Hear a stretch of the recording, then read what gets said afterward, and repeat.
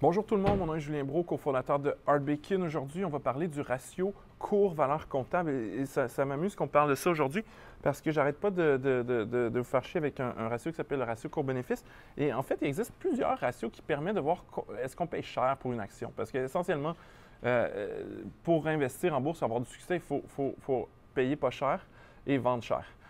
Donc, payer pas cher est probablement la règle la plus importante et le ratio cours-valeur comptable va vous permettre de faire ça. Donc, je vais commencer par cliquer sur un site qui est Constellation Software, c'est une entreprise canadienne qui fait du logiciel puis qui a tout un portefeuille de logiciels. Elle va très bien, donc j'imagine qu'on paye relativement cher. Si on regarde le fameux ratio cours-bénéfice, on est à 57. Si on regarde un ratio cours-bénéfice raisonnable, là, ces temps-ci, c'est du 15, puis des fois, c'est même plus élevé, puis le marché commence à être élevé. Mais dans le cas de Constellation Software, on paye très, très cher. Si on va au niveau du ratio cours-valeur comptable, on est à 25,28. Avant d'élaborer un peu plus sur ça, je vais vous donner la définition. Dans l'application Art Bacon, s'il y a un ratio ou quelque chose que vous comprenez mal, vous appuyez pendant à peu près une seconde, boum, il y a une belle définition qui apparaît. Donc, je vais commencer par vous la lire, puis après ça, je vais vous donner du contexte. Donc, le ratio cours-valeur comptable correspond à la capitalisation boursière d'une société divisée par sa valeur comptable telle qu'évaluée durant la dernière année fiscale. Un ratio cours-valeur comptable peu élevé indique qu'une entreprise est abordable. En fait, on pourrait théoriquement réaliser un profit en achetant une société dont le ratio de cours-valeur comptable est inférieur à 1 en fermant l'entreprise et en vendant ses actifs. Donc, vous comprenez que c'est la valorisation de la compagnie sur sa valeur comptable. Donc, combien les investisseurs pensent que la compagnie vaut, divisé par combien des comptables qui évaluent les actifs de l'entreprise pensent qu'elle vaut. Et donc, la valeur comptable, essentiellement, c'est la valeur d'une entreprise. Des fois, on dit aussi la valeur au livre, parce que ce qui est une mauvaise traduction. En anglais, on dit book value. Essentiellement, on se dit, si jamais on fermait l'entreprise, on aurait des actifs à liquider. Donc, on aurait des biens immobiliers. Si on a des contrats à long terme, on pourrait vendre ces contrats à long terme-là. Peut-être que notre propriété intellectuelle, on a peut-être des brevets, on pourrait vendre ces brevets-là. Donc, l'idée, c'est quoi la valeur comptable de ces actifs-là et non la valeur de l'entreprise telle que si on vendait l'entreprise en un morceau tel qu'elle est présentement.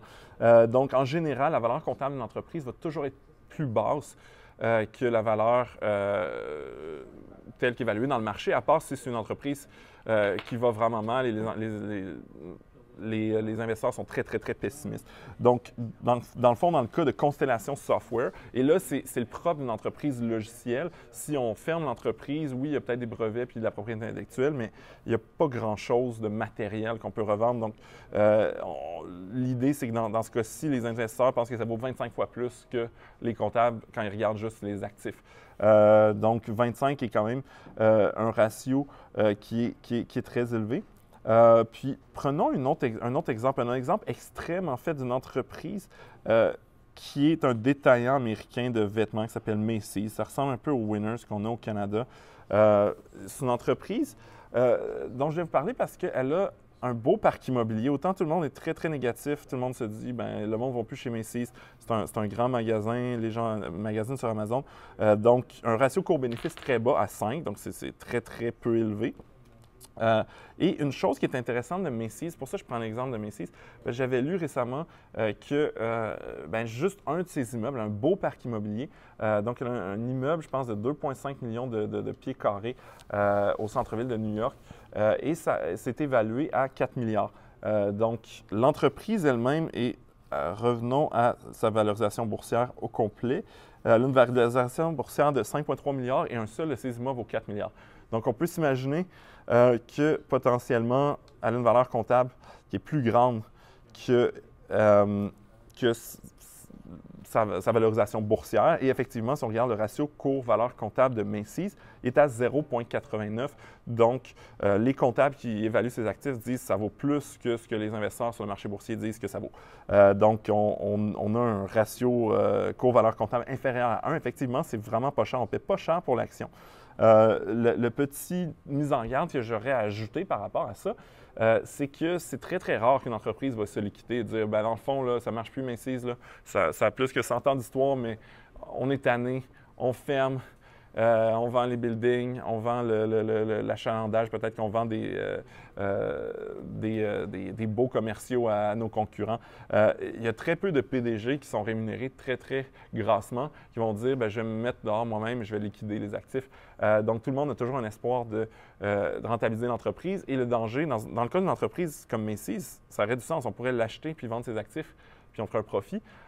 Mais est-ce que c'est ça qui va se passer? Est-ce que plutôt que de faire ça, l'entreprise va inventer, le SPDG va travailler sur un plan de relance, va emprunter de l'argent et là, finalement, si jamais il y a liquidation, on ne va pas faire d'argent. Donc, il ne faut pas non plus dire, ben là, c'est facile, c'est 10 d'argent facile parce que la valeur comptable est plus petite que la valorisation boursière, mais c'est un indice de combien cher on paye pour l'entreprise qui peut être utilisé avec les autres ratios de profitabilité comme le ratio court-bénéfice. Je pense que j'ai fait une vidéo là-dessus, ratio court-vente également qui peut être utilisé. Donc, sur ce, je vous invite à télécharger RBakin. C'est une super application qui non seulement vous pouvez faire des recherches puis évaluer des entreprises à travers leurs différentes ratios puis métriques, mais ça se connecte surtout à vos comptes d'investissement, ça analyse votre portefeuille et ça vous aide à prendre de meilleures décisions d'investissement. Donc, téléchargez ça. Si vous voulez investir en bourse à moindre frais, je vous invite à aller sur la section offre de RBakin. C'est disponible au rbackin.ca/offre au pluriel. Et on a des super offres de différents partenaires qui vous permettent d'investir à moindre frais. Présentement, il y en a une de Banque nationale courtage direct qui est exceptionnelle. Ça vient avec 20 transactions gratuites, un congé de frais de maintenance pendant 1 an et un abonnement de 3 mois à l'application RBakin. Sur ce, je vous souhaite une bonne journée.